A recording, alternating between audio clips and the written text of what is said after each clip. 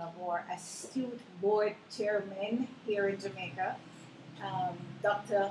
Vin Lawrence is the chairman of the board at Queen's School. Dr. Lawrence, please share with us how you have the pleasure of being the chairman of one of the most awesome schools in Kingston. Well, it's certainly a delight to be your chairman. I came to be chairman because I was invited by the Bishop of Jamaica to assume the role of chairman. He felt that he wanted the diocese to have a little more influence in what was happening at the school. He felt that over the recent years the diocese had not participated enough in the activities of the school. As a member of the diocese, as a member of its diocesan financial board, as a member of its incorporated lay body, he asked that I assume the chairmanship, and I agreed. That's very interesting, Dr. Lawrence. How long have you been there? Since 2010. So basically 4 years. Basically 4 years now. And I don't think it's a coincidence that since you've been there, we've seen a visible change in the activities and the visibility of the Queen's School. Could you share a little bit about how you've achieved some of that interest or the reigniting the interest in the school with the past students and the involvement? Well, to be frank with you, one of the things that we think is very, very important is that the students themselves must develop some level of self-worth and must feel very confident that their welfare is always going to come first at this school. And I think with that philosophy in mind and that approach, we find that the students assume much more responsibility. I also feel very strong in the whole issue of imparting some of this confidence to the students through the process of student governance. I believe students must play a much greater role in their own development than what they do. And that's essentially what it's about. One of the critical things right at the beginning, though, that I think I should mention to you is that my first day at the Queen's School, I drove up to the campus, and what bothered me a little bit, school was to be in session, and I heard a noise. When I say a noise, it was a noise across the compound. And I just felt that school should not be in session, and I hear so much noise. Yes. So discipline is a challenge. So discipline was a challenge. Yes. And I think we've been able to pay attention to that. So it's interesting that you mentioned that you were appointed by the Anglican Church. Yes. And a lot of people don't realize the role that the church plays in training and educating our students. Could you give us a little bit more information about the role that the Anglican Church plays? The Anglican Church has been very involved in education. It's been one of the pioneers in education in Jamaica.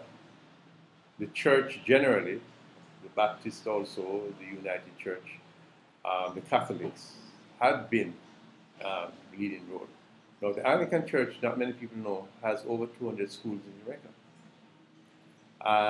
But somehow, they've taken a back seat for a number of years and allowed the government to be the lead role in what takes place in those schools. Now, our schools were established with the basic foundation of Christian education. And we feel very strongly that Christian education helps to develop the total individual. And what we're trying to do is to ensure that Christian education is back in the system. Absolutely. We now have a very active education and youth department in the diocese, which begins to look at and monitor all of our schools. And we are beginning to see the results in all our schools. I'm sure you will see huge results. The event that we're trying to promote is absolutely focused on encouraging those characteristics, and I'm sure you're excited about what we're doing. Can you tell us a little bit about what you know of what we're doing, or do you know what we're doing? I know what you're doing. I know you want to build an auditorium. I think an auditorium is essential because I believe the students must have a proper place of assembly. It is one of the things, when I was in high school, I was fortunate enough to go to a school. We didn't have a large auditorium, but what we had was a chapel. And that chapel was the assembly hall. Yes. And all the school could assemble in the chapel at one time. Yes. Not sectional groupings.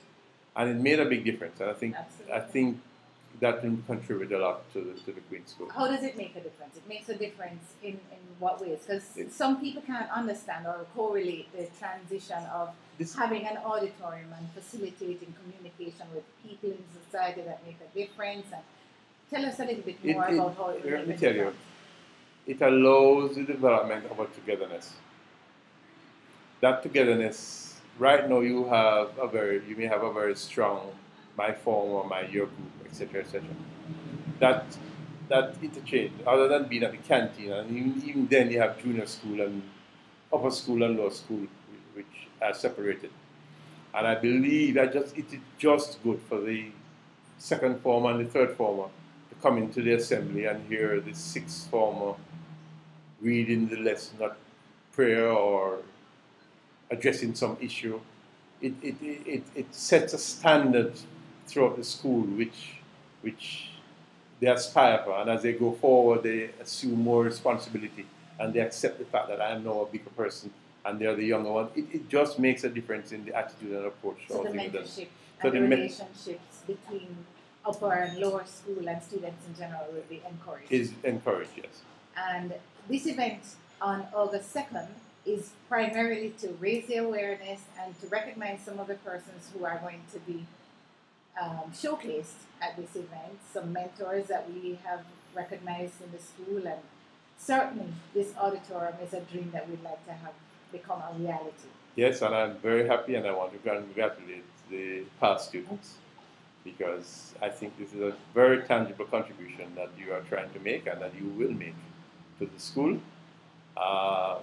We are very enthusiastic at the way the past students have been rallying over the last 3-4 years towards the whole development of the school, and that is also a very critical part. And so we are anxious to see you succeed. Many of us have benefited greatly from the experience at the Queen's School, and we'd like to see some of the younger students achieve those milestones that we did, and certainly to have a fantastic experience at the school. Thank you so very much, Dr. Lawrence, for assisting with that process, and we look forward to bigger and better things for the Queen's School. It is my delight and my responsibility. Thank you.